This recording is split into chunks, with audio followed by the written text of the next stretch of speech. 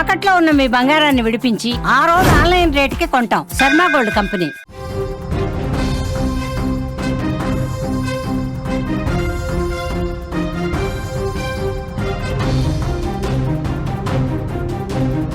Breaking news చూస్తున్నాం. ప్రధాని Modi America పర్యటనకు సిద్ధమయ్యారు. రష్యా చమురుపై ట్రంప్ ఆగ్రహం వ్యక్తం చేస్తూ 50% సుంకం విధించాడు.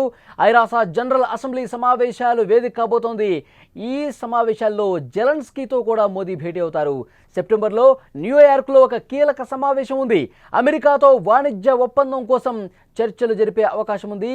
అమెరికా అధ్యక్షుడు డొనాల్డ్ ట్రంప్ భారత్పై విధించిన సుంకాల విషయంలో భారత ప్రజలు తీవ్ర ఆగ్రహంతో ఉన్నారు. రష్యా నుంచి చమురు కొనుగోలు చేస్తున్న కారణంగా ట్రంప్ మొదట 25% సుంకం విధించారు. ఇప్పుడు ఆ సుంకాన్ని 50% పెంచి భారత ఆర్థిక వ్యవస్థపై ఒత్తిడి పెంచాలని చూస్తున్నారు. ట్రంప్ తీసుకున్న ఈ ఏకపక్ష నిర్ణయాలకు భారతీయులు తీవ్రంగా వ్యతిరేకిస్తున్నారు. ట్రంప్కు సరైన గుణపాఠం చెప్పాలని, భారత్ సత్తా ఏంటో చూపించాలని ఎదురు చూస్తున్నారు. ఇలాంటి పరిస్థితుల్లో ప్రధాని నరేంద్ర మోదీ ఒక కీలక నిర్ణయం తీసుకున్నారు. భారత ప్రజల ఆకాంక్షలకు అనుగుణంగా ఆయన ఇప్పుడు అమెరికాలో పర్యటించడానికి సిద్ధమయ్యారు.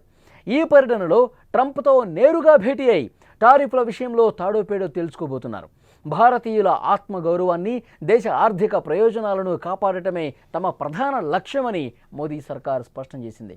ఈ పర్యటన ద్వారా మోదీ అంతర్జాతీయ వేదికపై భారత శక్తిని మరోసారి నిరూపించబోతున్నారు. ఇప్పటికే అమెరికా సుంకాల వల్ల దేశంలోని ఎగుమతిదారులు, రైతులు తీవ్రంగా ఇబ్బంది పడుతూ ఉన్నారు. ముఖ్యంగా టెక్స్టైల్స్, జెమ్స్, జ్యువెలరీ వంటి రంగాలపై తీవ్రంగా ప్రభావం పడుతుంది. భారత జాతీయ ప్రయోజనాలు కాపాడటానికి అన్ని చర్యలు తీసుకుంటున్నామని మోదీ ప్రభుత్వం స్పష్టంగా చెప్పింది.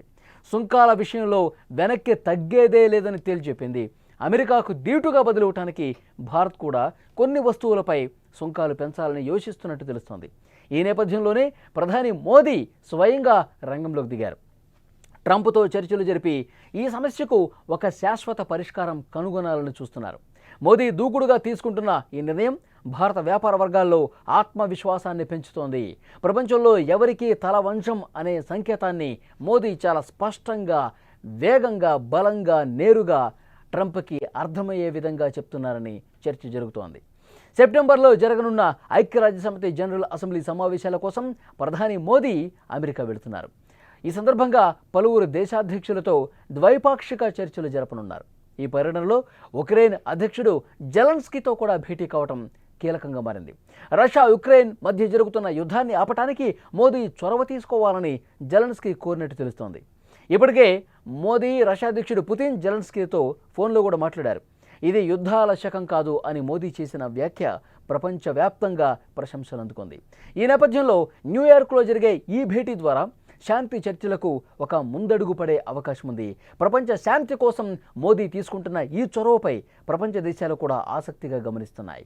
యుద్ధాన్ని ఆపే విషయంలో మోదీ విజయం సాధిస్తే మోదీ ప్రపంచ నేతగా మరింత గుర్తింపు పొందే అవకాశం కనిపిస్తుంది. ప్రస్తుతం జరగబోయేటువంటి భేటీలు, అమెరికా వెళ్ళి అక్కడ చేసేటువంటి సమావేశాలు, చేసే చర్చలు ఇప్పుడు చర్చనీయాంశంగా మారాయి. మోదీ చాలా కీలకమైనటువంటి అడుగులు వేస్తున్నట్టుగా సమాచారం వస్తోంది. ముఖ్యంగా పుతిన్తో ఫోన్లో మాట్లాడారు. అలాగే జెలెన్స్కీతో కూడా ఫోన్లో మాట్లాడారు. ఇది యుద్ధాల సమయం కాదు, యుద్ధాల శకం కాదు, శాంతియుత చర్చలే అన్నిటికీ పరిష్కారాన్ని చూపిస్తాయి అని మాట్లాడినటువంటి పరిస్థితి.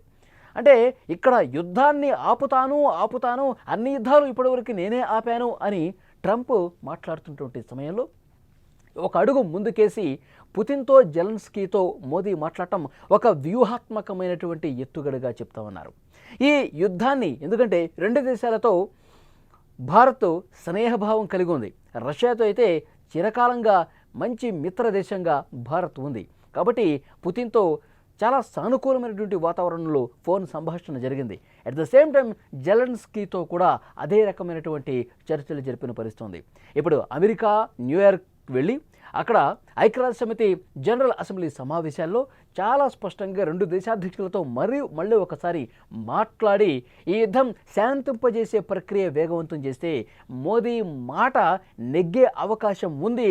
ఈ యుద్ధాన్ని ఆపే విషయంలో అత్యంత కీలక పాత్ర మోదీ పోషించాడు అని ప్రపంచం గుర్తించబోతుందని చెప్పి ఒక చర్చ జరుగుతుంది. ఎందుకంటే ట్రంప్ సాధించలేనిది మోదీ సాధించారు అని ఒక ప్రచారం ఒకవేళ జరిగితే గనక సో డెఫినెట్గా ప్రపంచ స్థాయి గుర్తింపు వస్తుంది.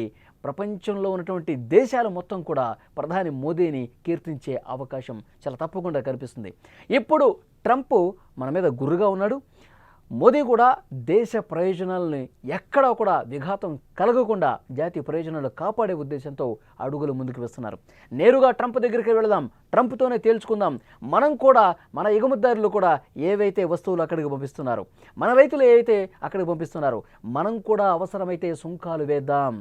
మనం కూడా సుంకాలు వేసి ట్రంప్కి అర్థమయ్యే రీతిలో మాట్లాడదాం. రెండు దేశాల మధ్య వాణిజ్య చర్చలు ఒక స్టెప్ ముందుకు తీసుకునే అవకాశం కూడా పరిశీలిస్తున్నారు ప్రధాని మోదీ. సో డెఫినెట్గా ఆసక్తిగా ఎదురు చూస్తూ ఉన్నారు. ట్రంప్తో వాణిజ్యపరమైన అంశాలు ఏ విధంగా చర్చకు వస్తాయి. ఎందుకంటే ఇప్పటికే 25% ట్రంప్ సుంకాలు వేశాడు. ఇంకొక అదనంగా 25% వేసి ఆగస్టు 27 నుంచి 50% అమలు జరిగే అవకాశం ఉంది. ఈ నేపథ్యంలోనే ఇలాంటి కీలక నిర్ణయాలు తప్పకుండా దోహదపడతాయి. డొనాల్డ్ ట్రంప్ మళ్ళొక్కసారి ఆలోచించే విధంగా ప్రధాని మోదీ ప్రయత్నాలు ఉన్నాయన్నది కూడా దీన్ని బట్టి చాలా స్పష్టంగా అర్థమవుతుంది. సో నెక్స్ట్ ఏం జరుగుతుందో చూడాలి. ఒకవైపు యుద్ధాన్ని ఆపే కార్యక్రమం తీసుకున్నారు, మరొక వైపు ఈ వాణిజ్యపరమైనటువంటి ఘర్షణ ఏదైతే ఉందో దాన్ని కూడా కూల్చేయడానికి వ్యూహాత్మక ఎత్తుగడతో ప్రధాని మోదీ వెళుతున్నట్టుగా తెలుస్తోంది. సో చూద్దాం, అంతా మంచి జరగాలని కోరుకుందాం.